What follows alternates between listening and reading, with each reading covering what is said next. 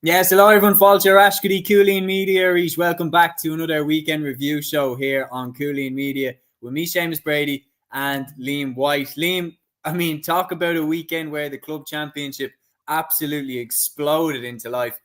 You look at the football alone, Cuala and Kilmacud Crokes both gone in the one day at Parnell Park. Crazy stuff.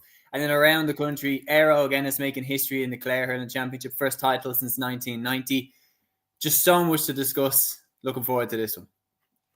Yeah, I think this was a weekend that just made me appreciate the club championship even more. Like I love the inter-county season, and I love watching going to Offaly games. And as a neutral, you love watching Kerry footballers, Dublin footballers, the Kilkenny hurlers or the Cork hurlers, whatever. But for me, there's just something about the club championship. The weekend that we had all over the country, the results we had, some of the games that were on display. Some of the shocks that we had as well was unbelievable. Some cracking games all over the country. Really looking forward to delving into it. And I think for a start, myself and Matthew are walking away from this weekend thinking, thank God, because we both our clubs did not have it easy this weekend anyway. But thankfully, we're both still happy. We're both still in our respective championships. So looking forward to getting into it. Absolutely. Well, we are going to go with a new system for running through all of the games, everything like that. I've told Liam it's a stop the bus style system where if you haven't followed Cúilín Media on Instagram, please go give it a follow right now, or follow Matthew's page as well, because he is throwing up all of the results from across the weekend on the Cúilín Media page and on the Gaelic Statsman Instagram page. But I'm just going to read them out, starting with Sunday's results, and Liam is going to do us the favour of saying stop the bus whenever we want to dive deep. But Liam, for the first one, I don't need to even for 1 second ask you if you want to stop the bus here. We're going to start off with the Clare Senior Hurling Championship final. Éire Óg Ennis, 17 points. Cloney Quinn, 12 points. We're going to jump in with that one in just a second. But if you are new onto the show and we have a good, healthy number watching, which we appreciate you all, take advice here from Garrod O'Gracon, Peter Griffin, and Pádraig Lennon. Get involved in the comments. Let us know what your thoughts are on the weekend's action. Jer coming in here saying, well, I did call the Clare Senior Hurling Championship for Éire Óg Ennis after the quarterfinals, and I also said that if they won, they would be contenders for the Munster Club Championship. Watch this space. Shane O'Donnell's CV now reads 2 All-Irelands, 2 National Leagues, 3 All-Stars, 1 All-Ireland final, 1 Man of the Match, 1 Hurler of the Year, one county medal. Will he win a senior Munster Club medal or county? You wouldn't put it past him. And Jared, just as a Clare man, I remember I asked you this once in person. I'd love your answer on it again. Would you rather that Clare were to win Munster next year, so O'Donnell fills out his CV, or would you rather Clare were to win the All-Ireland? If you could only have one. I'd love to get your answer on that. Peter says, Shea super comms and the Dubs. Thank you very, very much, Peter. It was a big day. Was joined by Abby Shields on the co-coms, obviously Dublin goalkeeper who has multiple All-Irelands, one of the best keepers in the game right now, and she's an absolute legend, and it was a pleasure to be on co-coms with her. And a great final. Kate Sullivan nearly stole it at the end for St. Sylvester's, but it went up and over the bar, and Kilmacud Crokes got over the line for their 4th title in a row, which we will get onto. But we are going to start with the Clare Senior Hurling Championship final. Éire Óg Ennis, 17 points. Cloney Quinn, 12 points. Éire Óg win their first title since 1990. Liam, what a result. Yeah, fantastic result. It was brilliant to see 2 clubs in this final that hadn't won it for a long time, because it makes it a small bit extra special. Nothing against, the teams that had won it over the last number of years, like your Clonlaras, etc., but or your Fecals that won it last year after a long time. But it's just nice to see, you knew that either way today there was going to be big joy, massive ecstasy, but on the other side there was going to be massive regret, and that's probably what Cloney Quinn are going to feel this evening. I suppose their second half probably kind of let them down in a way. They had 8 points by halftime and they finished with 12 in the end. 4 points in the second half. It just, they'll know themselves isn't good enough. And even when you look at the scores that they had throughout the game, Peter Duggan scored 9 out of their 12 points. There was a lot of reliance on him throughout the game. You feel there was only 3 other players that got 1 point each for them. So that's probably where they got let down massively there. But for Éire Óg, yeah, first title since 1990, 35 years in the waiting is absolutely fantastic for them. It was a nervy enough first half. Éire Óg led 9 points to 8 at half time. But David Reedy, what more can you say about him? He's one of the most underrated hurlers in the country, I think. When he is on form, he is on form. And yeah, he was outstanding, especially in the second half.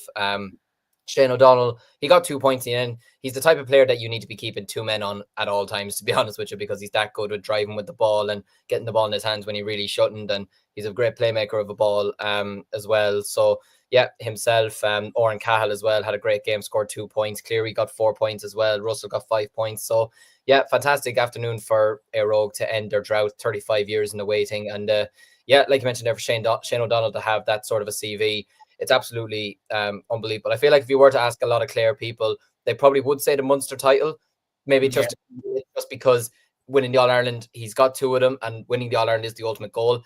But there's just something about the Munster Championship, especially for Clare people, that they would just absolutely love it, especially after losing the 3 finals in a row over the last couple of years. But back to the club scene anyway, it's brilliant for Éire Óg. And look, they won't be obviously thinking about, they absolutely will not be thinking about the Munster Championship tonight, much like was it Darragh Donovan said last year, I won't be sober till Friday, when they won it last year for Doon. But yeah, look, it's brilliant for them. It's fantastic to see new champions, and it's commiserations to Clooney Quinn. You know, it's a shame for them that they have to wait another year, but I've no doubt that they'll be back again potentially next year. And it's great for Éire Óg as well, because they're going for a double next week as well. So yeah, fantastic achievement for them. Congrats to them. Oh no, it's unbelievable stuff. And Jer's saying as well here, it says also my home club, Clare Castle, qualified for the Clare Intermediate Final, where we're playing O'Callaghan Mills. Time to retake our rightful place in the Senior Championship. Big congrats, Jer, and wish you all the best in that final. On top of that, we are going to run through some other comments here. Jer has answered my question. He says, I want Shane O'Donnell and Tony Kelly to win a Munster medal. So while they are playing, I'd rather win Munster. But when they retire, it's all Ireland's all day long. Very, very good answer. I think it'd be interesting as well to see, like, imagine asking the same question to like Kieran McGeeney as our man manager. Would you rather win, if you could only win one, would you rather win an Ulster or would you rather win another All Ireland? Because I think if you look at it, like, he looked so hurt when they lost the Ulster to Donegal this year. When it all kicked off in full time, like, you could tell that one really hurt, because just that sense that, like, this is never going to happen, is it? Like, that like, you've lost again in such a heartbreaking fashion. And I thought that their time had come to win Ulster. I picked them to win that time. And look, that was on a knife edge. It could have gone either way. But so breaking down then, obviously, Éire Óg, they finally smashed through that glass ceiling. Sorry, what am I thinking? Ceiling. But anyway, with it, give me a break. It's been a long day. But with Éire Óg finally smashing that glass ceiling. So they've finally done it. They've broken through that glass ceiling. How do you see them now going into the Munster Championship? Because there's some sharks in there against them, namely the likes of Ballygunner. How do you see Éire Óg matching up against them and potentially beyond?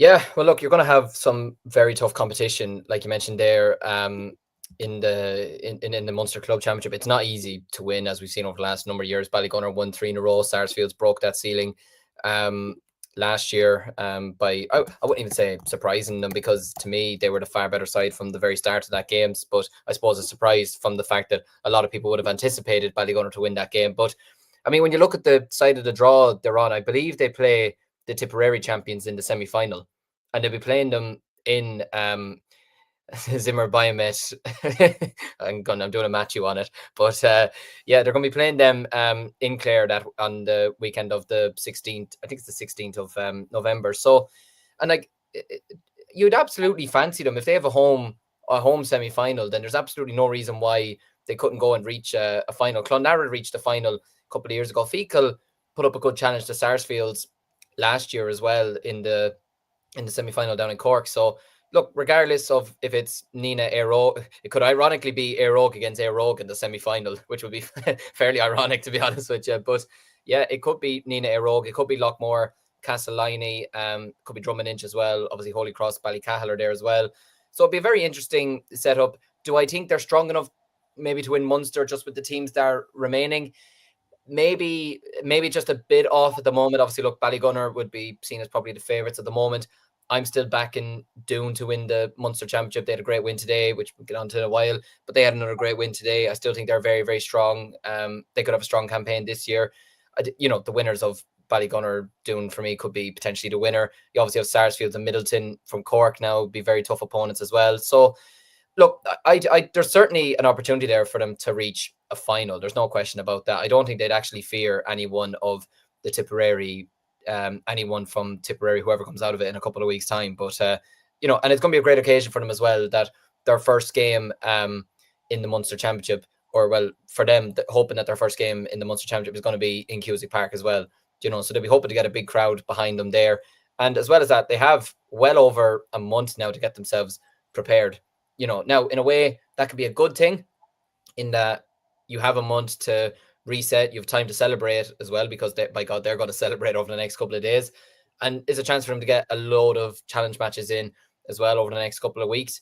But it can also, it's a long wait as well, whereas the Tipperary, they're only in the semi-finals, and I think they're taking place next weekend, so they'll have a few more weeks to get themselves match sharp going into the semi-finals. But I'd absolutely fancy them no matter what, no matter who comes out of Tipperary. It's going to be a tough challenge, but it's going to be a great weekend for them to have a home match as well.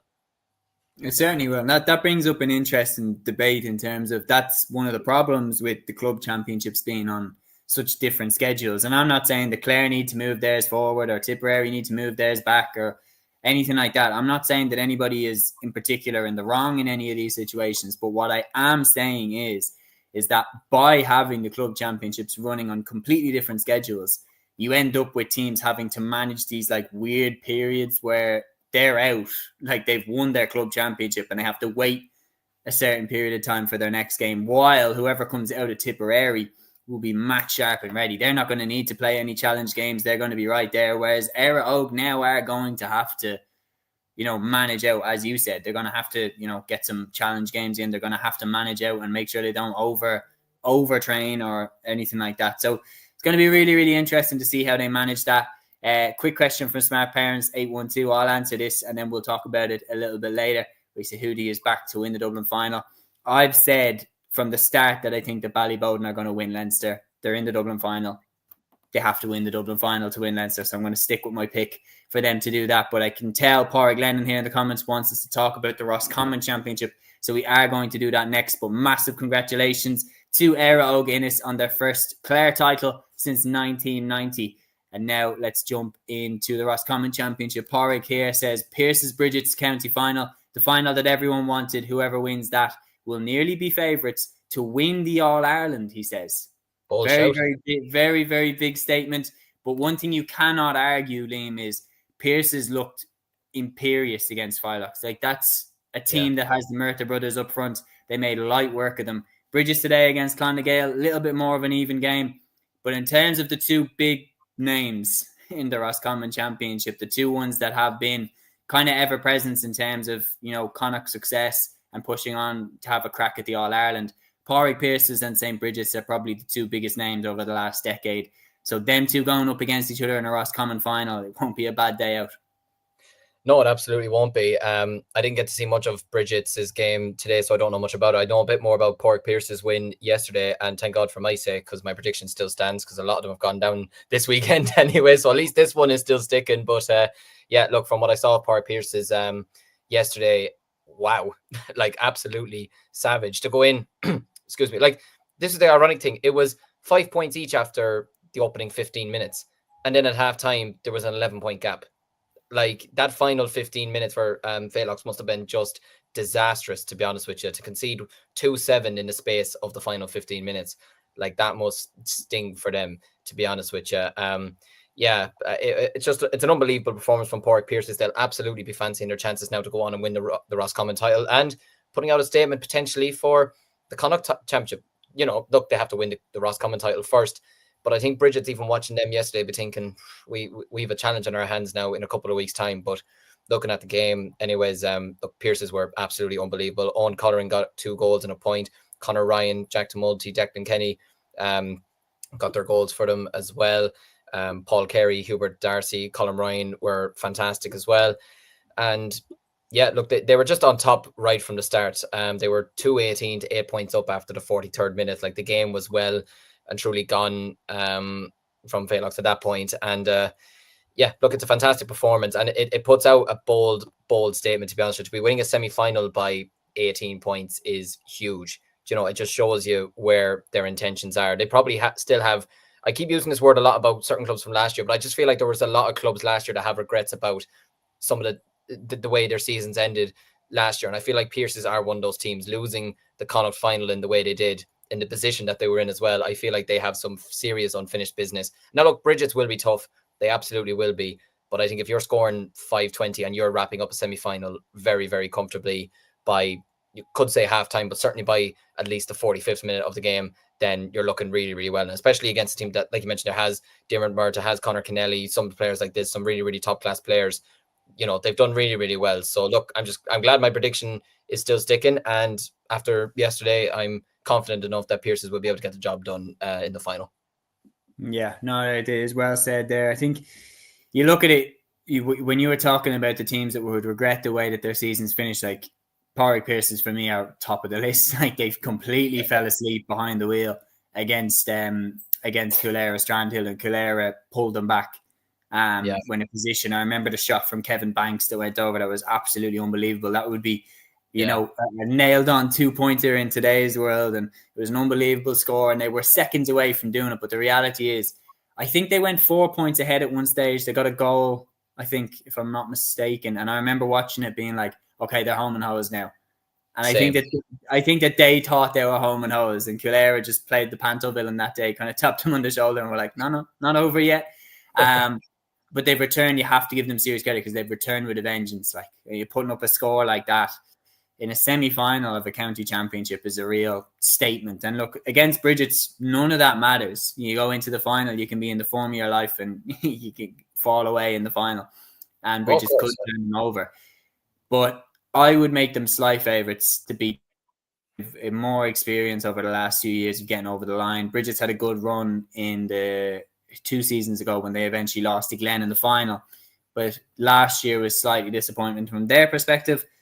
But it'll be really, really interesting to see. Really, really. And I do agree with Pádraig in terms of, I think whoever does come out of this has to be taken serious as a potential All-Ireland contender. We've seen Pierces really, really have a good go. We've seen Bridges get to a final. They won one 15 years ago. So they have the prestige in terms of like they are a club who aren't alien to winning the All-Ireland Club Championship. That does get a donkey off the back in terms of like metaphorical. If you're not crossing into new ground for a club, it does give you a little bit of confidence if players coaches have been there before and done it. So there is interest there. Pádraig says Pierce's club man here. Conor Harley is back from injury and Niall Daly. Full squad back, not being biased, but if we win the final, we could win Connacht again. I would say it's, if they can get, like if Pierce's can win, I think it's between them and whoever comes out of Galway. I think the Mayo clubs haven't really done too much in the Connacht Championships over the last few seasons. And I think Clare just came from nowhere last year. I really didn't see that coming at all. And I think if you were saying that you did, I think you're lying. I think you're lying because Pierce has had that game and they fucked it away. Like they really they completely took their eye off the ball. And if they were going to, like if they had kept up the same level that they were at in that entire game up until that point, if they had put in the performance that they put in against Curragh Finn in the semi-final, Pierces would have won. Like they were under the weather that day, and that's how they turned them over.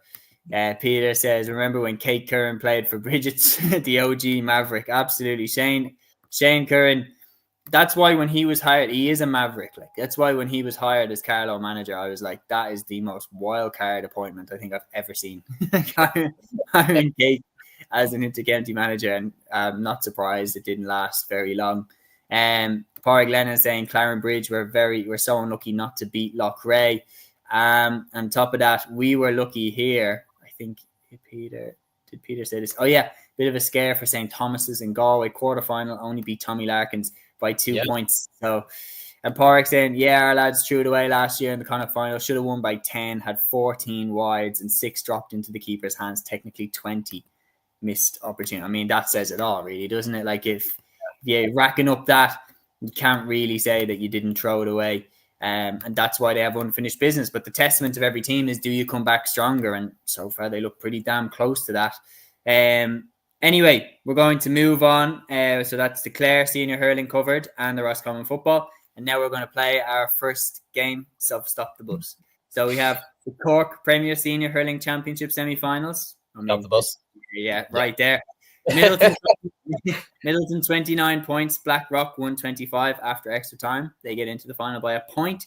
And Sarsfield's 122, St. Finbarr's 218. 2 1-point victories.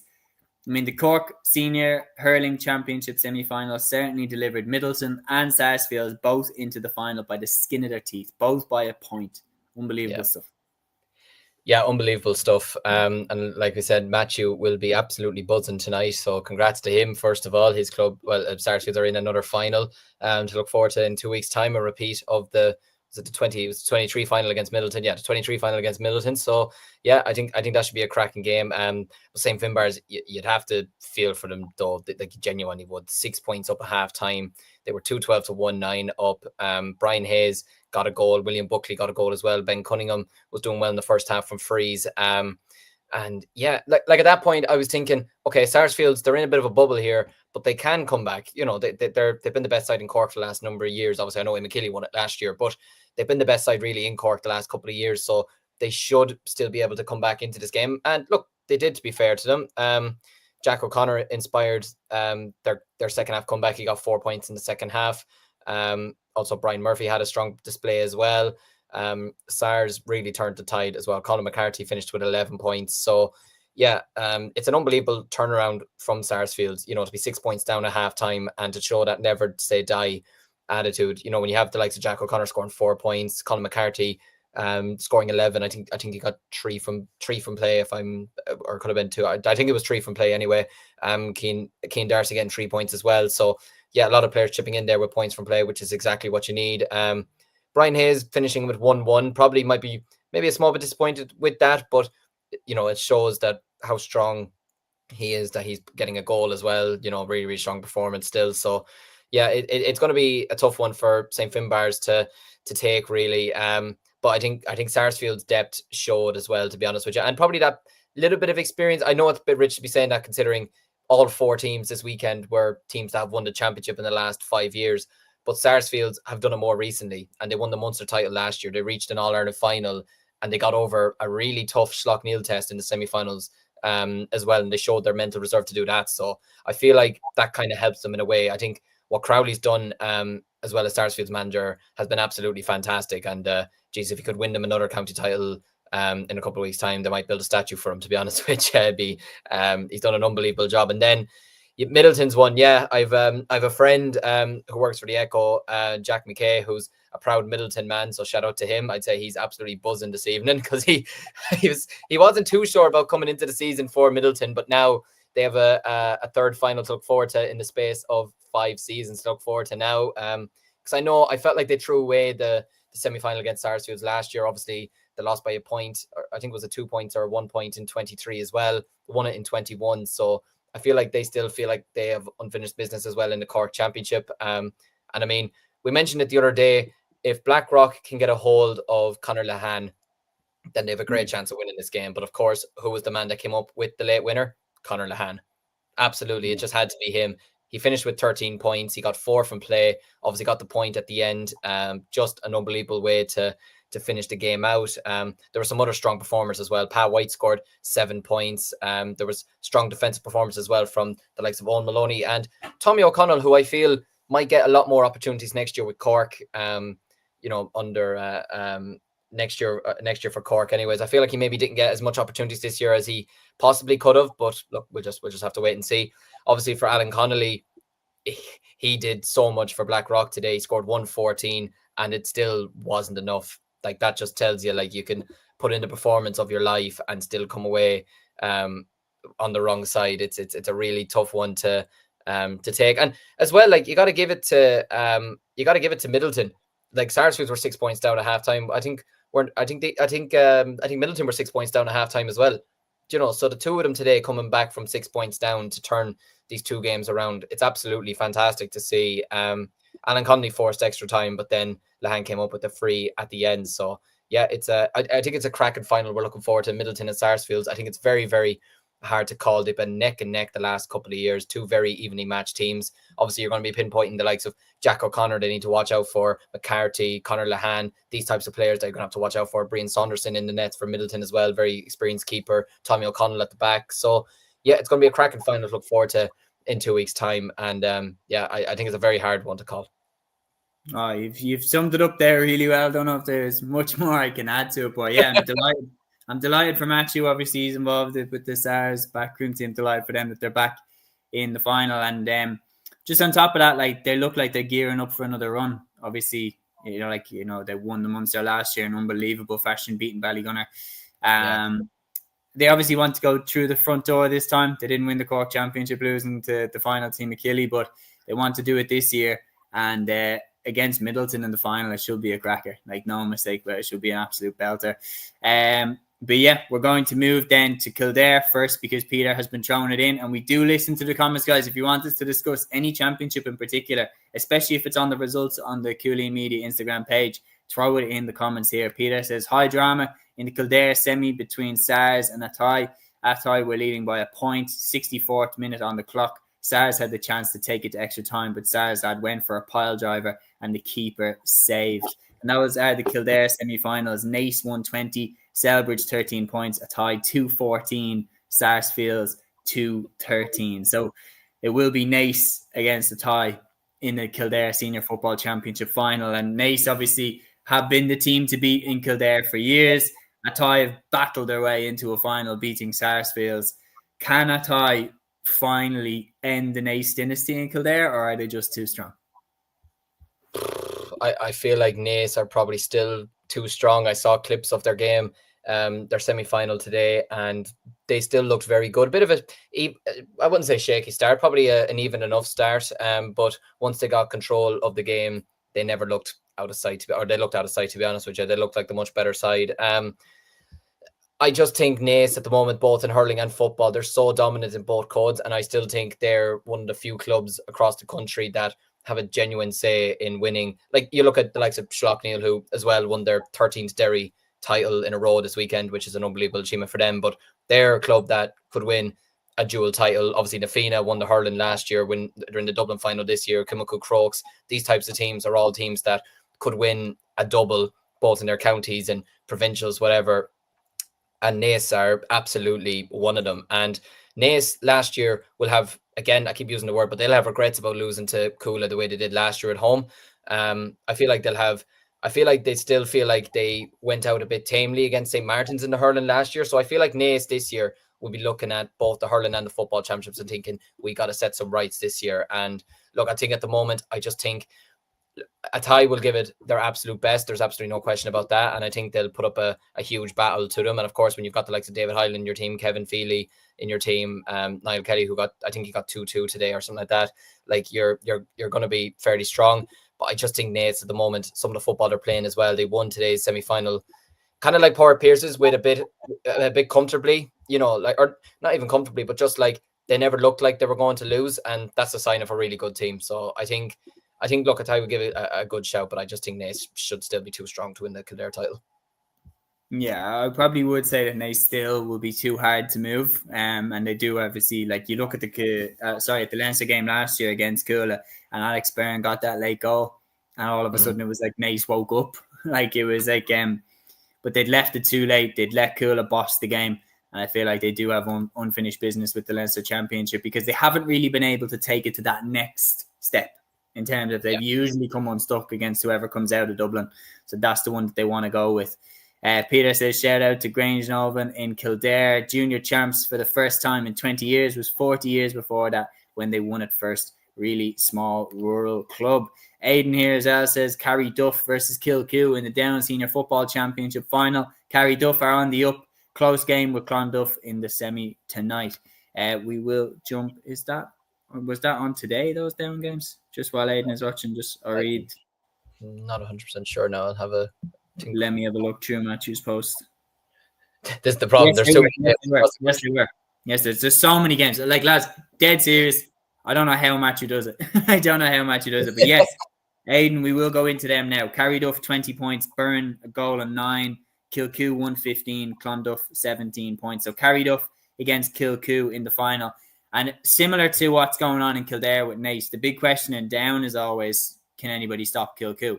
And you've seen examples over the previous years. I remember the final against Byrne last season where you're looking at Burns' team and you're seeing, they've got Danny McGill in there, they've got Oran Murdoch in there. Maybe they can put it up to them. Nope, absolutely not. Kilcoo annihilated them, and they see, just when you think that a club might have come along in the past, just when you think a club might have come along that can actually, finally end the Kilcoo dynasty, Kilcoo lay down another marker. So can Carryduff finally be the ones to end it? And Aidan, I'd love to get your opinions on this and some background info from yourself. Well, Kilcoo, I was only just looking briefly there to see how many times in a row they've won the Down Championship. It's amazing. The last time they'd won the title before they won it in 2009 was 1937. And then since 2012, they won it in 2012, 13, 14, 15, 16, 17. So that's what, six in a row? Yeah. Six in a row. And then they've won it. They lost it in 18. They lost it in 18 to Burns St. Mary's. And then since then, 2019, 2020, 2021, 2022, 2023, and 2024. Like, that is absolutely, and to lose it in 2018 as well, like, that is absolutely outrageous, to be honest with you. The last time they met in a final, Kilcoo won by 7 points, 16 points to 9. That was the COVID year, 2020. So, and look, I haven't been keeping as much of a close eye on the Down Championship as I probably should be over the last few months. But judging by those results there today, Kilcoo certainly didn't have it easy anyways. There's no question about that. And they'll certainly have it tough in the final against Carryduff, who, an 8-point victory, putting up 20 points over Burn is very, very good going. Yeah, no, it's serious stuff. And we do need to kind of pick it up a little bit, because I'm looking at it, if we're half an hour in and we haven't even got halfway through the games on Sunday. We still have Saturday and Friday to go. Yeah, we're going to move on to what took place in the Dublin Championship today, because Jesus Christ, did this shake the championship up. You want to talk about a day that shook up the club championship. Kilmacud Crokes and the reigning All-Ireland champions Cuala both dunked out in the semi-finals of the Dublin Football Championship on the same day in Parnell Park today. I was there for it. Unbelievable atmosphere, unbelievable wins for both Na Fianna and Ballybowden. And that's your Dublin final for 2025.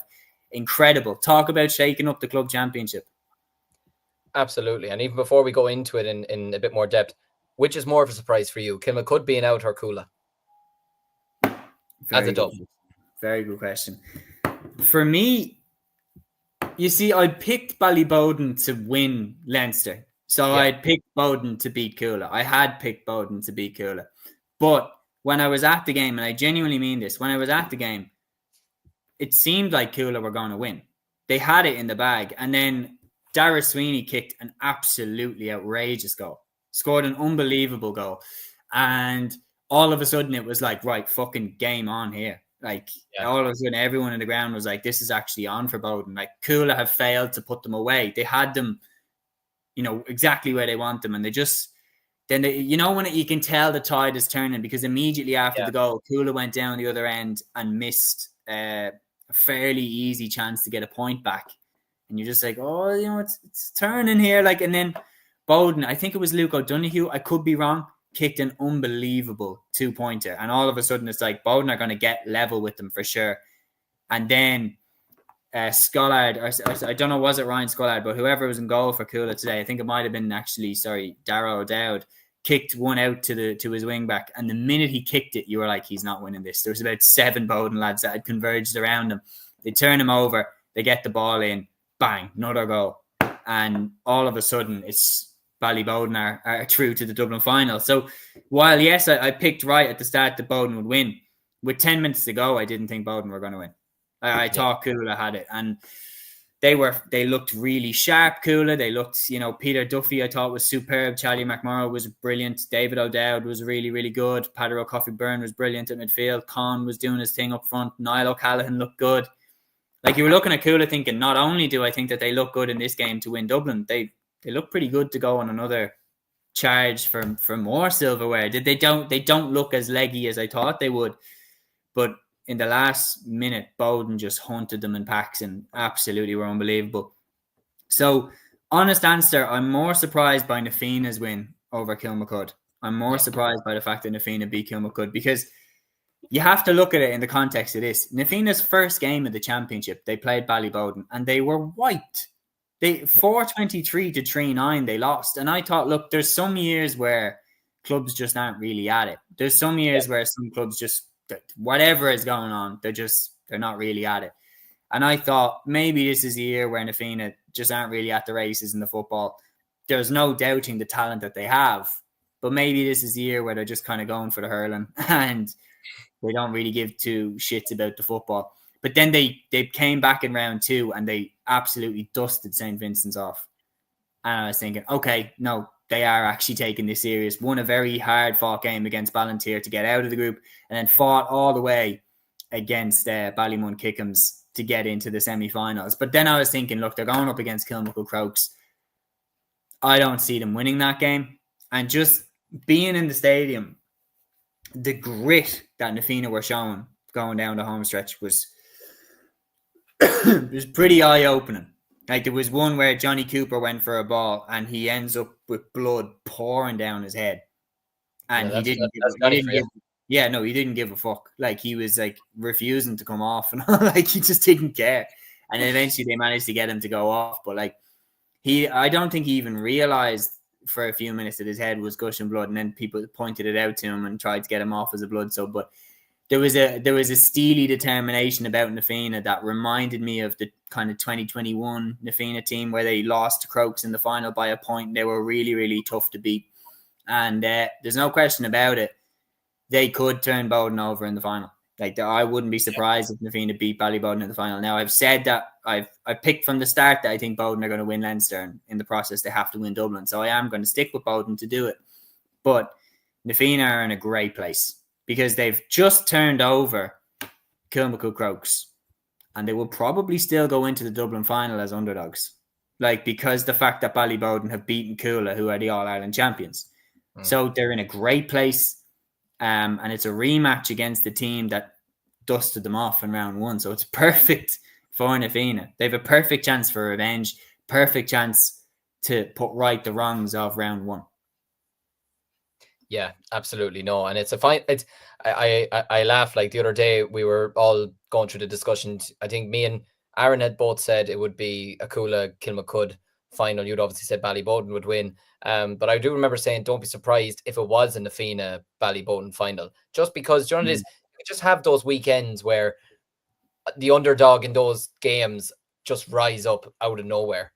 And they certainly both did. Like, I don't know what it is with the comebacks this weekend. It's absolutely outrageous. We saw it in Cork and we've seen it now in Dublin over today, really. I was saying over the past weekend. They all happened today.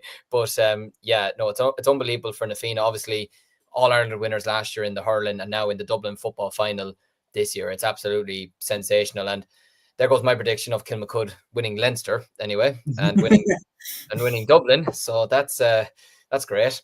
A lot of my predictions are falling over the last. Ballymacarbery are gone this weekend as well. A lot of my predictions are gone. Fuck's sake. And they didn't even put up a fight against No, not one. Look, in fairness, on how many was it, 42 or 43? Yeah, I think maybe they've earned some time off. They're not giving me one more year. But anyways, I think it's brilliant for Dublin though, because it shows how competitive the championship is, that the two previous finalists and the two of the teams that have won All-Ireland over the last couple of years are not even reaching the final in Dublin. I think it shows how competitive it really is. So yeah, look, should be a cracking final. Really looking forward to it. Probably would still maybe back Ballyboden too, but at the same time, Nafina have an unbelievable opportunity at their hands. They could go and win the double, which would be unbelievable for them. Yeah, like Nafina have a golden opportunity here. They have an unbelievable football team and an unbelievable hurling team, and they stand just 2 games away. I think they have an unbelievable opportunity, Nafina. They have a golden team in football and in hurling, and All-Ireland champions last year in the hurling. They are the front runners to win the hurling, no question about it. I do make them slight underdogs in the Dublin football final, just given the fact that Ballyboden bet them very handy on round 1. But that really doesn't matter coming into this game. Nafina have just turned over Kilmacud Crokes. They won't fear Bowden at all.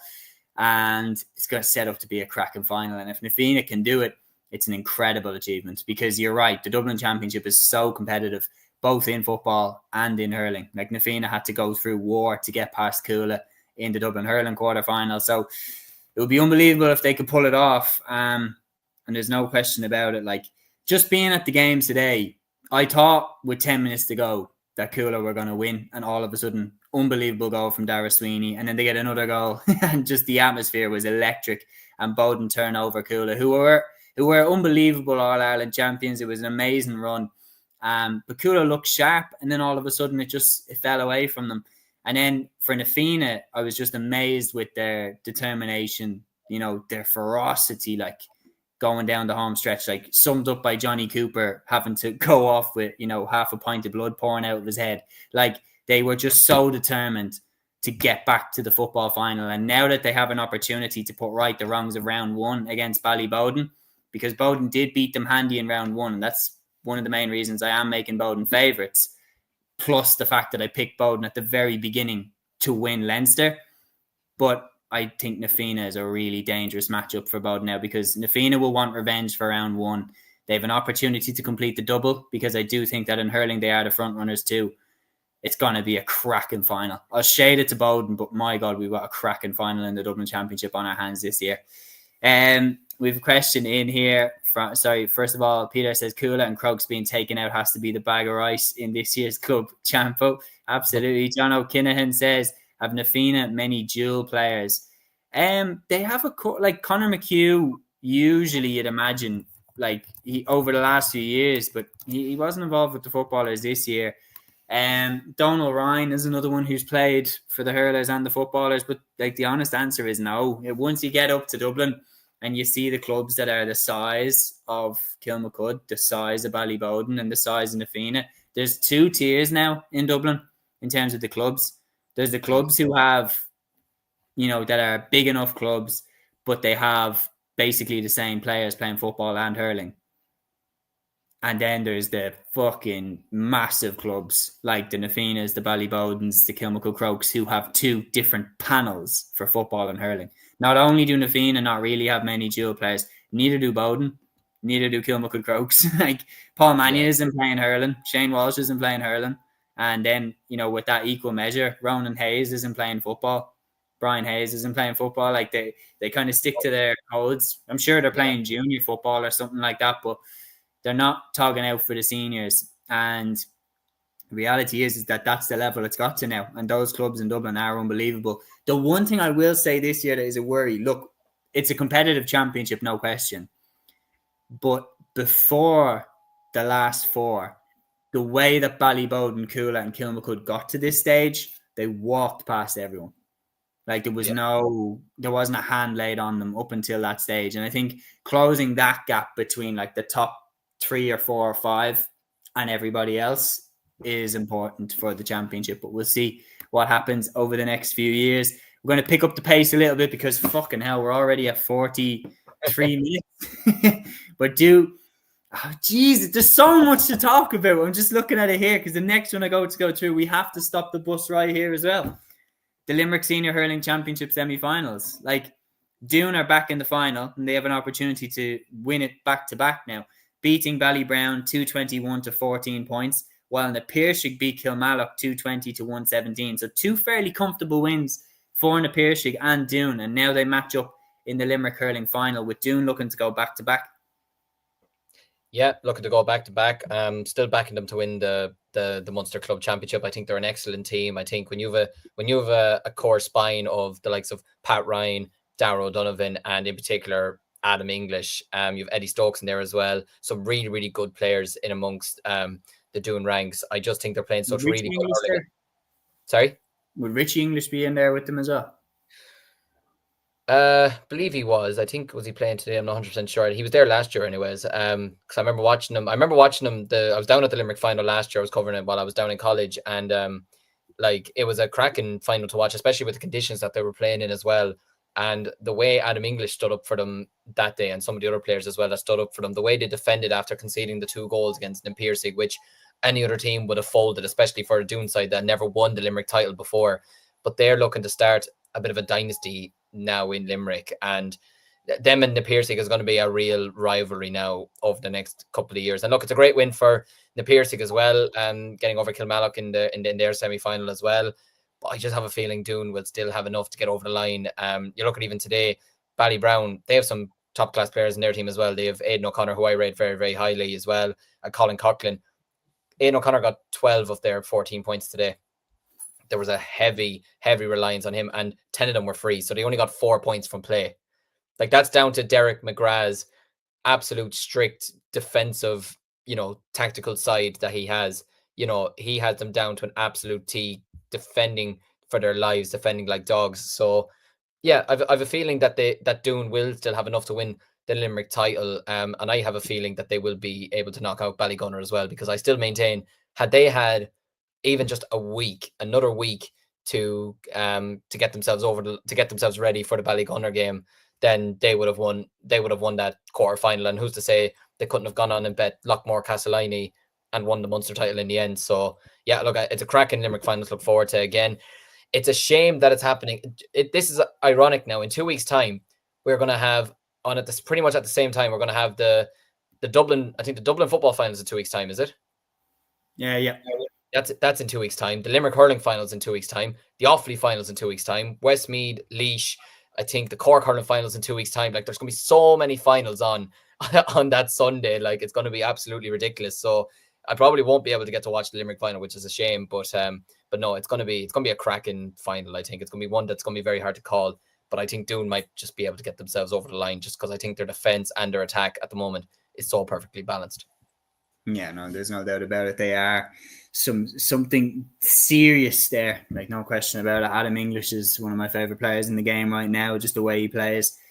But I do agree with you. I think, having seen how close it came against Ballygunner, there was inches between them. You think about that shot that Stephen O'Keefe saved. Yeah, there was an ultimate reality there where Doon managed to turn them over, and that was fresh off the beer. So I think maybe this year, if they had a little bit longer, I could see them potentially turning over and winning the Munster Championship. And that prediction that you made could age like fine wine. Okay, the bus is up and running now. Let's run through it. So you got the Kerry Senior Football Championship, Dingle 219, the Gael 113, Spa 318, South Kerry 313, Kenmare Shamrocks 415, North Kerry 112. And then the Galway Senior Hurling Championship quarterfinals, St. Thomas's 118, Tommy Larkins 19 points, Loughrea 118, Clarenbridge 214, which we discussed earlier. Monaghan Senior Football Championship quarterfinals, Scottstown looking good there as well, 122 to Latin O'Reilly's 11 points. They beat them, Latin O'Reilly, sorry. The Wicklow Senior Football Championship final, I think maybe we stop off here for a little bit. Bolton Glass 120, Carnew Emmets 15 points. Fantastic win for Bolton Glass, Wicklow football champions 2025. Yeah, fantastic win for them. 8-point victory. They were pretty much the better side throughout the entire 60 minutes. They could have no complaints. Carnew can have no complaints, to be honest with you. And it's the first title, I think, is it 6 years? I could be wrong. I think it's 6 years the last won the title. Let's check. No, it's 5 years. Sorry, the last time they won it was 2020. So look, it's a fantastic win for them to be Carlow champions again. Jesus Christ. All right. 5 years ago. Yeah. Everything. We won't talk about 5 years ago. That was a tough year for all of us. But look, fantastic for them. Great that they've got themselves over the line. So fantastic. They're going to. And generally, Wicklow clubs are always tough when they go into the Leinster Club Championship. I don't care what anyone says. They're always going to be a tough match, especially if you have to go down to Aughrim. I don't know who off the top of my head who Wicklow have to play now in the Leinster Club Championship. But Bolton Glass, they'll be a tough challenge for any team. Absolutely. Sure. I remember, I want to say it was Ratnew who defeated St. Vincent's when St. Vincent's were at their height. It was 2017, and Dermot Connolly looked like a freak in nature that year. That was the year. Do you remember he scored the goal where he ran through and someone hand passed it back to him and he just hit it on volley into the net? Yeah. So that was the year that Vincent's looked like the real deal to go for an All-Ireland again. It was Ratnew who got them in the Leinster Championship, and they looked really, really good. So there's no question they have to be taken serious. The next one, I know you're going to pull me up on this, but do you know what? We'll put them both together. The Offaly Senior Hurling Championship semi-finals, the one that took place today was Shinrone beating Belmont by 4-18 to 22 points. And then if the other one, I don't know if you know the other one was up, but Kilcormac 24 points, Burr 120. So our prediction for the Leinster Championship is alive and kicking. We love to see it. Thank fuck it's alive and kicking. It's Jesus. The game today probably wasn't as much of a classic as yesterday's game between Kilcormac and Burr was absolutely outstanding game of hurling. It was a great advertisement for Offaly hurling, to be honest with you. And it could have gone either way in the end. Burr played some excellent hurling yesterday. They were absolutely fantastic. Owen Cahill had a very good performance, scored 8 points. Colin Maroney, Alvy Watkins, Luke Nolan looked absolutely sensational. Like, he was on the losing side and he got man the match on Clubber. Like, that tells you everything you need to know. He had an absolutely fantastic game. Sean Ryan, who's in his 40s now, I believe, was a long-standing Offaly hurler and footballer, had a really good game as well. So there was a lot of good performances from the Burr side, but thankfully, for my sake anyway, we managed to get ourselves over the line, and in large majority to a handful of performers. Obviously, Adam Screeney finished the game with 8 points. He got 4 from play. Jack Screeney finished with 4 points from wing forward. Jordan Quinn had a big, like, as much as I said Cahill had a good game, Jordan Quinn kept him quiet at the same time as well. He had a fantastic game for us at fullback. Keelan Kiley had a big second half. Daniel Hand worked his socks off. Colin Spain did well in patches as well. Enda Grogan was fantastic at wing back. But it was Charlie Mitchell who stole the show at the very end of the game. He got 5 points from play and he got the winning score with about 10 seconds left on the clock. I think my voice is only just recovering from shouting when the ball went over the bar and the relief we felt getting over the line. But yeah, look, great credit to Burr. They put up absolutely... What I didn't like seeing during the week was a lot of people writing off Burr, which was absolutely the wrong thing to do. Burr are 22-time Offaly champions, 8-time Leinster winners, 4-time All-Ireland winners. They're a proud club. They have a lot of great players all across their team. And they're a team that will want to be taking us down over the next couple of years. They are a top-class team, and they have a lot of good underage hurlers coming through as well. So, yeah, it's they put up a great battle to us yesterday. And had they won in the end, we'd have had no complaints, to be honest with you. They put up a savage battle. But, yeah, we managed to get over the line in the end. We're into the county final now for the 4th year in a row. We're going for 3 in a row.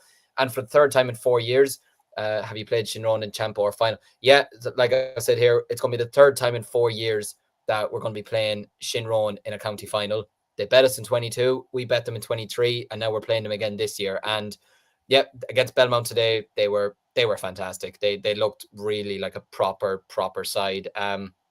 They were fantastic. DJ McLaughlin had a fantastic game. Eamon Cleary made some big saves in the game, particularly from Mushin Kelly in the second half. And Killian Sampson's just having the season of his life. He's doing really, really well at centre-back for Shinrone at the moment. Owen Bailey O'Brien's doing well. Duck Morecambe's doing well. Adrian Cleary, Paul Cleary is always good for a couple of scores in a game as well. So, yeah, look, Belmont just didn't do enough over the 60 minutes. Unfortunately for them, it's another semi-final heartache for them. But, yeah, look, I actually thought Belmont might have been the ones to win this game at the start of the day, but Shinrone just absolutely dominated the game from the start to the finish. Really, they never looked like really losing the game, to be honest with you. So yeah, it's going to be Kilcormac Shinrone in 2 weeks' time. Very much looking forward to it. And look, for all the talk of especially in Offaly, that KK should be looking to win Leinsters and All-Irelands and all that, it's about winning Offaly first. And this game in 2 weeks' time is going to be a 50-50 without doubt. There's no way I'm going into this game thinking we should be winning this game by 10, 15, 20 points or anything like that. This will go right down to the wire. There'll only be a couple of scores in this game, and there's absolutely no doubt in my mind that Shinrone can absolutely turn us over. But I'm hoping now that maybe after yesterday's game we can kick on now, and please God, in 2 weeks' time I'll be smiling. Yeah, no, I'm just saying, man, I'm hoping that he's winning. It's not just because I picked us to win Leinster. Also looking as well at the Antrim Senior Hurling Championship, just interesting, where mentioned they have their final as well. St. John's are going to go in against Lockgill, Shamrocks, Dunloy and Rory Óg Cushendall, both out of the championship. St. John's beat Rory Óg 126-122 after extra time. That was on Saturday. And in today's game, Lockgill Shamrocks 320, Dunloy 222. So 2 crackers there. Then the Laois final has been confirmed as well. It will be Clock Balacolla against Cam Ross. Clock beat Ballinakill 323 points after extra time. So obviously Clock showed them a clean pair of heels in additional time, whereas Cam Ross had a lot more straightforward against Rathdowney Errol, 221-15 points. The Derry Senior Hurling Championship final, as you were mentioning, Slotneil, unbelievable achievement. What's that? You said 13 Derry titles in a row now? Or? Yeah, 13, unbelievable stuff.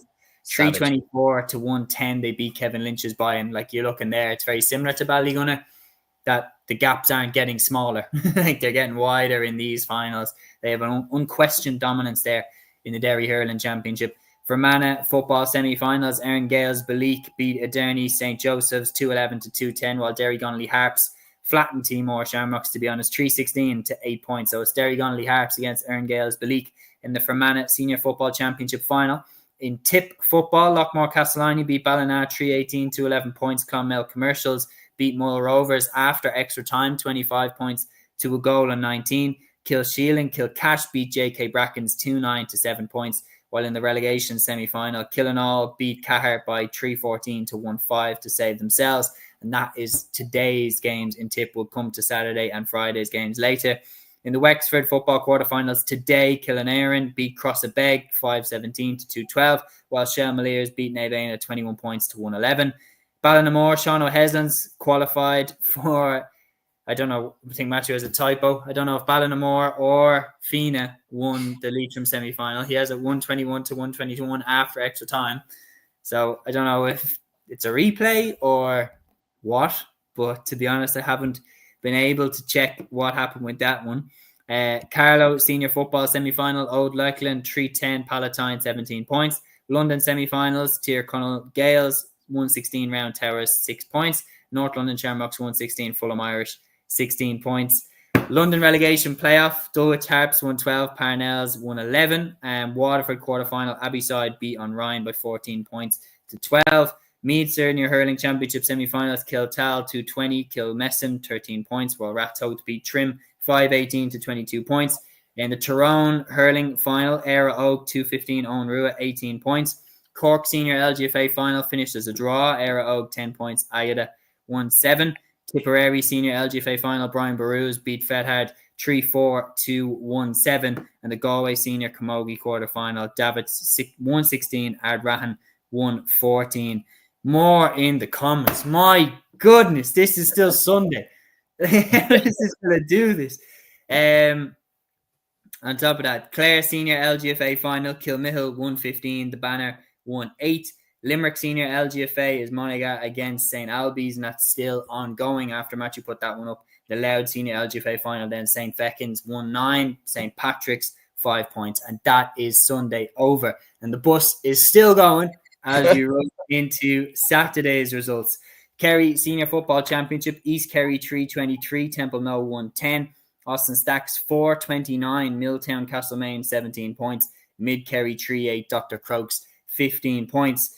Then the Galway Senior Hurling Championship quarter-finals, Crockwell 224, Sarsfields 319 after extra time, Turlockmore 516, Oranmore Marie 21 points, while the relegation playoff in Galway finished Ardrahan 119, Kilconeran 13 points. Then we have the Monaghan Senior Football Championship quarterfinal, Mahara Clune 214, Corduff 1-5, Loud Senior Football quarterfinal replay, Nave Martin 116, St. Patrick's 12 points. Tip football quarterfinal, the final one out of the four, Upper Church Drumbain beat a Harlow by 111 to 5 points, while in the relegation semi-final on the Saturday, Grange Mockler beat Arravale Rovers by 314 to 1-5. And then in the other semi-final in Leitrim Gales beat Mohill by 414 to 3-7. So there the champions are gone. St. Mogues beat Rapparees in the relegation playoff in Wexford. And the Carlow Senior Football semi-final, Rathvilly beat Bagenalstown Gales. Oh no, that one finished a draw. Apologies. 14 points to 111. In the Waterford quarter-final, Gaultier beat Clashmore Kinsalbeg by 119 to 13 points. The Meath Senior LGFA final. Stop the bus. Okay. Dunshaughlin 4-11, Dunboyne 2 goals and 8 points. Dunshaughlin are the Meath Senior LGFA champions 2025. Yeah, and in very, very convincing fashion as well. Jesus, like that's a big hammering for a county final. But 3 in a row for them. Probably no surprise to a degree. Maybe a surprise with the final scoreline, anyways. But fantastic win for Dunshaughlin Royal Gales. The only thing is the game was effectively over by half time. It was 3-9 to 1-1 at the break, which is just it's tough going into, like, what in a way, what do you say to your players at halftime when you're getting bet by that much in a county final? Yeah. You know, it must be a bit demoralizing in a way, and especially I can imagine the wind yesterday was probably very, very bad up in Meath as well with Storm Amy. So I can't imagine the players would have wanted to go back out for the second half. But look, they did, and they put up a respectful fight in the second half. I think it was actually a draw in the second half when you do the maths. Yeah, it was 1-6 each in the second half. So I suppose great credit to Dunboyne there. But yeah, look, it was never going to be anything but a Dunshaughlin victory. Anyway, Sarah Wall opened the scoring for Dunboyne, but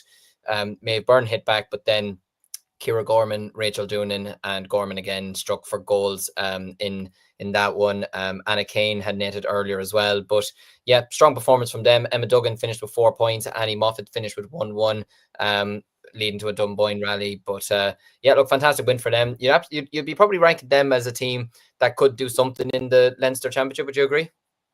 Yeah, absolutely. And I'm going to come to it next when we talk about the Dublin final on the Friday. But like, you're looking for me at Kilmacud Crokes and Dunshaughlin as the two front runners to win the Leinster LGFA Championship. They'd be the ones I'm looking at.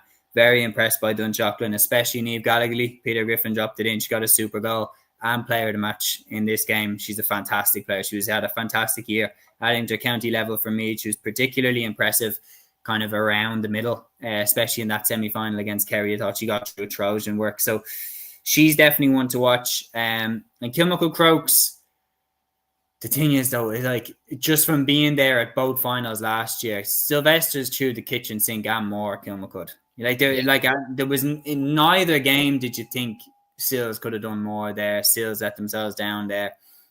Sils left it all out on the field, and like, it was the type that I know I picked Sylvester's to beat Kilmacud. I know I did. But it was the type that, like, even though I got that prediction wrong, it was one of those where you get it wrong, but you don't feel stupid for getting that one wrong. Yeah, do you know what I mean? It's not like when I picked Tyrone to beat Kerry and then Kerry went out and bet the living daylights out of them. I felt stupid for picking Tyrone in that one. But Sylvester's had shown enough in last year's final, and they showed enough in this final to say that they could probably beat Kilmacud on a given day. But Kilmacud are so fucking good. It's just, they figured it out in the second half, and we'll get to it, but they figured it out in the second half because the wind in Parnell Park was so strong that Kilmacud had to go through the hands a lot in the first half, and they got a crucial goal in the first half with a beautiful move that started in defence, moved all the way upfield, and Michelle Davin finished to the net. And that was crucial for them, because then in the second half it meant that Sylvester's, against the wind, were still chasing the game. And I think that's where they lost it. They had their backs up against the wall. But then in the second half, Kilmacud went direct into Michelle Davern a few times. She got a few nice points, nearly got another goal. It was her getting the sin bin yellow card that gave Sylvester's a chance. That gave them a chance to get back into the game, because it gave them a player extra on the field. But it also meant that Kilmacud's out ball to the full forward line was gone. That direct ball into Michelle Davern, and she was out in front every time. That meant that was gone. And there's no question about it. The game turned there, but Kilmacud, being the team they are, they hung on, and players like Ava Rutledge, who's captain, she was amazing. But we'll come back to that game later, because we are going to move through the rest of the game. So moving on then, taking off from the Meath Senior LGFA Final, massive congratulations to Dunshaughlin. But the Donegal LGFA Final, Glen Finn 2-8, Termon 5 points. Kilkenny Senior Camogie Semi-Finals, Dixborough 2-11, Tullaroan 8 points. Pilltown 3-13, St. Bridget's 10 points. So my pick to win the All-Ireland, Dixborough, are into the Kilkenny final, where they will play against Pilltown. Galway Senior Camogie quarterfinal, Clare Bridge, Carrie Dolan's team, 112, Mullet 110. So they are into the semi-finals. The Down Senior Camogie semi-finals, Clonduff 216, Ballycran 112, St. Pat's Portaferry 114, Leitrim Fontenoys 6 points. The Offaly Senior LGFA final. I'll just give a quick mention to this, if that's okay. Yeah, absolutely. Yeah, so Ballamere Doro are the Offaly ladies football champions, and it's for the first time ever, defeating Naomh Kieran, getting revenge on them from last year as well. And pretty much a deserved victory, to be honest with you. Despite conceding an early penalty, Ballamere recovered quickly and took control. They led 1-6 to 1-3 at the break. Naomh Kieran cut the lead to 1 in the second half, but there was 2 quick goals from Tracy Bracken and Jane Maher around the 40th minute mark with about 20 minutes to go, and it swung the momentum back to them. And yeah, Naomh Kieran kind of only have themselves to blame. They went 17 minutes without a score, which is going to kill any team in any game, no matter even if it's a final. So Maeve Mealiff as well had a big game in goals as well for Ballymere as well. So yeah, Sarah Doyle finished with 1-5. She's a terrific footballer, so she was instrumental for Ballymere here. And yeah, look, Nave Kieran, in fairness to them, they don't owe their club. Those players don't owe their club anything. They'd won 9 of the last 10 titles in the Offaly Championship, including the last 3 in a row. They've been ever present in the Leinster Championship over the last couple of years as well. So yeah, look, it's not an end of an era or anything like that, but it's obviously the end of their hopes of winning the championship this year. But there's no doubt that they'll be back again next year with the likes of Emma Cahill, the likes of Ellie McAvoy, the likes of Lucy Flynn, who got 1-4 on the day. So yeah, look, great win for Ballymere. Congratulations to them. Absolutely, fair play to them. And we're going to move through the gears again. The Fermanagh Senior LGFA final, Derry Connolly Harps 2-12, Kinali 3-5. So Derry Connolly there potentially doing the double there in the football. They're in the men's final as well, coming up soon. Wexford Senior LGFA final, Killanarnan 1-4, Adamstown 4 points. I'm guessing the weather there was shite as well. The Carlow Senior LGFA final, Old Lakeland 2-7, Bennekerry Tinnerland 2-5. Roscommon Senior Camogie semi-final, St. Dominic's 1-13, Adelaide 2-8 after extra time, Oran 1-8, 4 roads, a goal and 7. And that is Saturday's results wrapped up. Friday's results. We're into the home stretch here, my friend. Wexford Senior Football Championship quarter-final, Castletown Lean Mellows 121, Buncloddy 112. Down Senior Football Championship relegation playoff, Bryansford beat Leitrim Fontenoys 5-18 to 2-13. That was actually on Thursday. The Meath Senior Hurling Championship relegation playoff, Dundee beat Clondegale by 4-14 to 1-13. The Waterford Senior LGFA final, Comer Rangers 4-11, Ballymacarbery 7 points. Me and Liam, let's skip that stop. Fair play to Comer Rangers, but me and Liam's pick for Munster has been dumped out. The Kildare Senior LGFA final, St. Lawrence's 9 points, Edestown 6 points, and I am going to stop the bus right here at the Dublin Senior LGFA final, a game I was honoured to be on commentary for. Kilmacud Crokes 111, St. Sylvester's 12 points. Kilmacud Crokes write themselves into the history books, completing the 4 in a row in the Dublin LGFA Championships. Sylvester's threw the kitchen sink and more at them. They nearly pushed it to extra time at the end. Kate Sullivan flashed the shot up and over the bar. Played in very, very tough conditions. It was a really, really gripping contest. For the second year in a row, these two teams went at it hammer and tongs, and they definitely bring out the best in each other. But Kilmacud Crokes just are unbelievable champions. It's so hard to dethrone them. Sylvester threw everything at them. Kate Sullivan was brilliant. Sinead Ahern was superb. Danielle Lawless was fantastic. But Kilmacud Crokes, especially the likes of Alva Davern and Captain Ava Rutledge, who chipped in with 4 points, just led from the front. And the goal from Michelle Davern at the time that they got it, especially considering that it was in the first half against a strong wind. It was a brilliant move, started from defence, went all the way up to the other end of the pitch and into the net. You knew when they got that it was vital, because then, while you knew it was important that they got that when they did, because then in the second half, when Kilmacud had the wind now, Sylvester's had to come out and go at them because their backs were against the wall because they were behind. So when they got that goal, it was unbelievably important for Kilmacud Crokes. And there's no doubt about it. Kilmacud Crokes have unfinished business with the club championships. They want an All-Ireland, and they're going to use, in my opinion, the Dublin Championship as a springboard for further success. I think if anyone can stop them in Leinster, I would tip Dunshaughlin to be the team to do that, especially after their really impressive victory over Dunboyne in the Meath final. And obviously there is huge upsets that can happen, but I think Kilmacud Crokes are a serious force to be reckoned with, and they have their eye on potentially taking the All-Ireland crown off Kilcarran Clonberne. Yeah, absolutely. No, and it's a fantastic win for them, winning 4 in a row in Dublin as well, which is not easy to do. And look, it's a good sign from Sylvester's as well that they're getting closer and closer. And look, maybe next year they'll be able to bridge the gap, because I've no doubt they'd love to burst the bubble of 5 in a row next year anyway. But yeah, look, fair play to Kilmacud Crokes, and fair play to both the teams as well. I'd seen the clips on LinkedIn and senior commentary as well, which well done, absolutely unreal commentary. But yeah, look, the conditions that the players had to play in, I think it showed their determination more than anything, to be honest with you, to be playing out in that storm that we all had on Friday night. So fair play to them for that. But yeah, look, Kilmacud Crokes, they're a force to be reckoned with, and they'll be a team that will take a lot of stopping going into both the Leinster Championship and the All-Ireland Series. And yeah, look, fair play to them.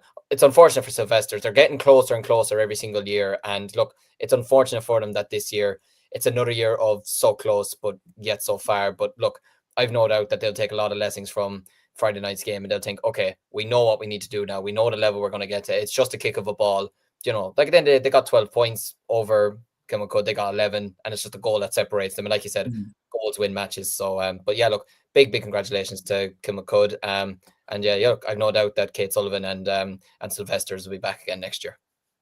And there's no question they'll be back again next year, because what was very interesting, was a really interesting insight. Michelle Daverin came up for an interview with us in the gantry when the game was finished, and we were chatting to her about it's an incredible achievement. You're going up there, with the dynasties of the Foxrock Cabinteelys and stuff like that. And Michelle answered with, well, for years they were trying to beat Foxrock Cabinteely. And this is the Foxrock team that had the likes of Sinead Goldrick and everything like that. And it took Kilmacud Crokes a long time to actually beat and dethrone Foxrock Cabinteely. So St. Sylvester's find themselves in that position now, where Kilmacud Crokes are the monster that they're trying to slay. And the reality is if they can get over the line, then they might get the and they might be like Nafina and the Hurling, where all of a sudden then it's impossible to get the crown off them. So it's just that glass ceiling that has proven time and time again for so many teams to be so difficult to break. But I've no doubt that Sylvesters will be back. As for Kilmacud Crokes, they feel like they've unfinished business. They were heartbroken in last year's All-Ireland club final against Kilkerran-Clonberne. Kilkerran-Clonberne are the most dominant champions that we have in the club game right now. 4 in a row at the All-Ireland level. Absolutely crazy dominance that they have. And I think Kilmacud Crokes, I would say, if I had to pick now, because I have picked Kilkerran to win the All-Ireland, but I think if anybody can stop them, Kilmacud Crokes will be top of my list in terms of teams that I think are capable on a given day to beat Kilkerran, because I think Kilkerran are so good.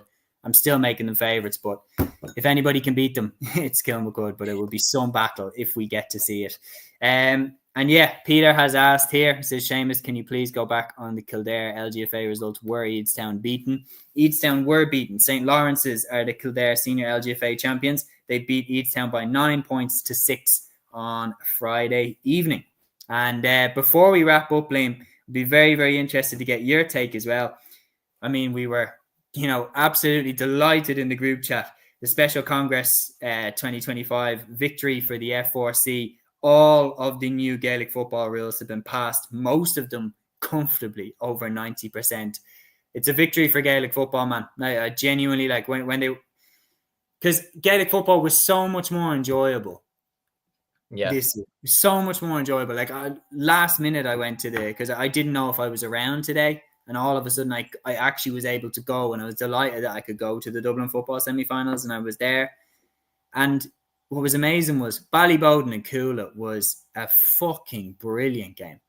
Yeah. It was genuinely unbelievable. Because you were so convinced that Coola were going to win. Then bang, Ballybowden get a goal. And then they get another point. And it's so end to end. It was almost one of them table football games. And the gassing is walking out of the ground. I was saying to myself, that last year, that game would have been shit. Yeah. That game would have been hand pass. Maybe a few minutes, but any momentum, it would have been stopped by a 3-minute spell in possession. Yeah.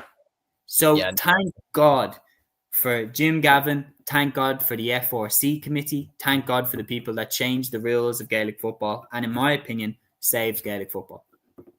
Yeah, no, Gaelic football last season was so much more enjoyable to watch this year than it had ever been, to be honest with you. It was just easier to watch.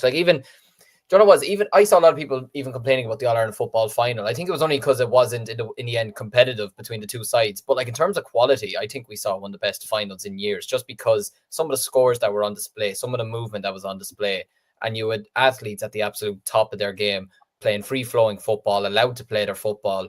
And it was a cracking championship. We had look, I know obviously from a dub it wasn't nice for you to lose the Leinster championship, but you saw the effect of the new rules. Teams now believe they could beat Dublin in the Leinster Championship. I thought the Ulster Championship was a cracking championship. Monaghan Donegal was a cracking game. Armagh Donegal was unbelievable. Armagh Tyrone was absolutely bonkers. You had Meath reaching the All-Ireland semi-finals. Louth winning the Leinster Championship.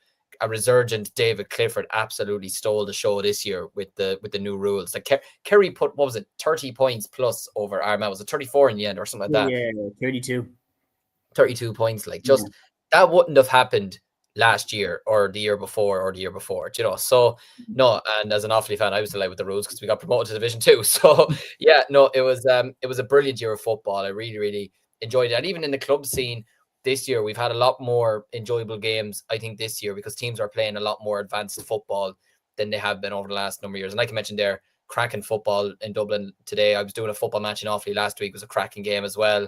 There's been cracking games all over the country in terms of football. So yeah, no, look, once we get to watch the same football we did this year, next year and the year after, then I'm not complaining. Yeah, I'm absolutely delighted with it, man. Like the one motion 55-56 was the clock hooter system that passed by 67%. That was the closest one to not passing. But the reality is, I am in favor of the clock hooter system. I think we've seen too many examples of controversy over how much added time there is. And yeah, we might have had a couple of people not being too sure about the hooter this year, but we didn't have any controversy about time. There was nobody saying there should have been more minutes, there should have been less minutes, everything like that. So I think over time they'll get better at the clock and the hooter, and it would be worth keeping. But I'm delighted that everybody was unanimous about this, that this is like, it's a good thing for Gaelic football. We're here. You know, we've got a better game now. I'm glad that we're all here on the same page, because what you pay in for is you pay in to see the best players in the country playing their stuff. You tune in to see David Clifford. You pay in to see Michael Murphy, Shane Walsh, Paul Mannion. These are the people that you want to see strutting their stuff at the top level. You know, you pay in to see these guys. Hurling, Camogie, you're paying in. You want to see the likes of Beck Carton. You want to see the likes of Alan Connolly. You want to see the likes of these players strutting their stuff, doing their thing. You don't want to see defensive systems. I couldn't give a fuck about seeing defensive systems. I'm not paying €80 to go and sit in an All-Ireland final and watch 14 men behind the ball. And I get that it's not their fault. I completely agree. It's not their fault. Once they get to that stage, play the game as it is and try win it. Yeah, absolutely. But the game needs to be set up in a way that rewards talent, skill, and unbelievable moments, because that's what the fans want to see. And the attendances went up this year. That's no coincidence. We had a better game, a better product, and over the next years, it's only going to get better. And I am buzzing for that. So, Jim Gavin, thank you very much. That could mean something else in a few weeks if he's voted president. But yeah, unbelievable. Yeah, I know. We won't go into politics. Fuck that. Anyway, thank you so much to Liam for jumping on with me for another episode here on Cúilín Media. Thank you so much as well to everybody that commented throughout the episode, to Peter Griffin, to John O'Keenahan, to Aidan, to Garrett O'Gregor, Porrig Lennon, Smart Parents 812, and more. You all made the show one of the most enjoyable ones we've done on Cúilín Media. I know that for a fact. We got through a lot. But until the next time, we'll be back here on Thursday for a weekend preview show and running through the GA news as well. And just as a little nugget, Liam, as well, Conor McKenna was back playing with his club in Tyrone. So could we see Conor McKenna return to the Tyrone team? Who knows? We'll discuss further in Thursday's episode. But until then, Torara, and enjoy yourselves. Follow your instinct.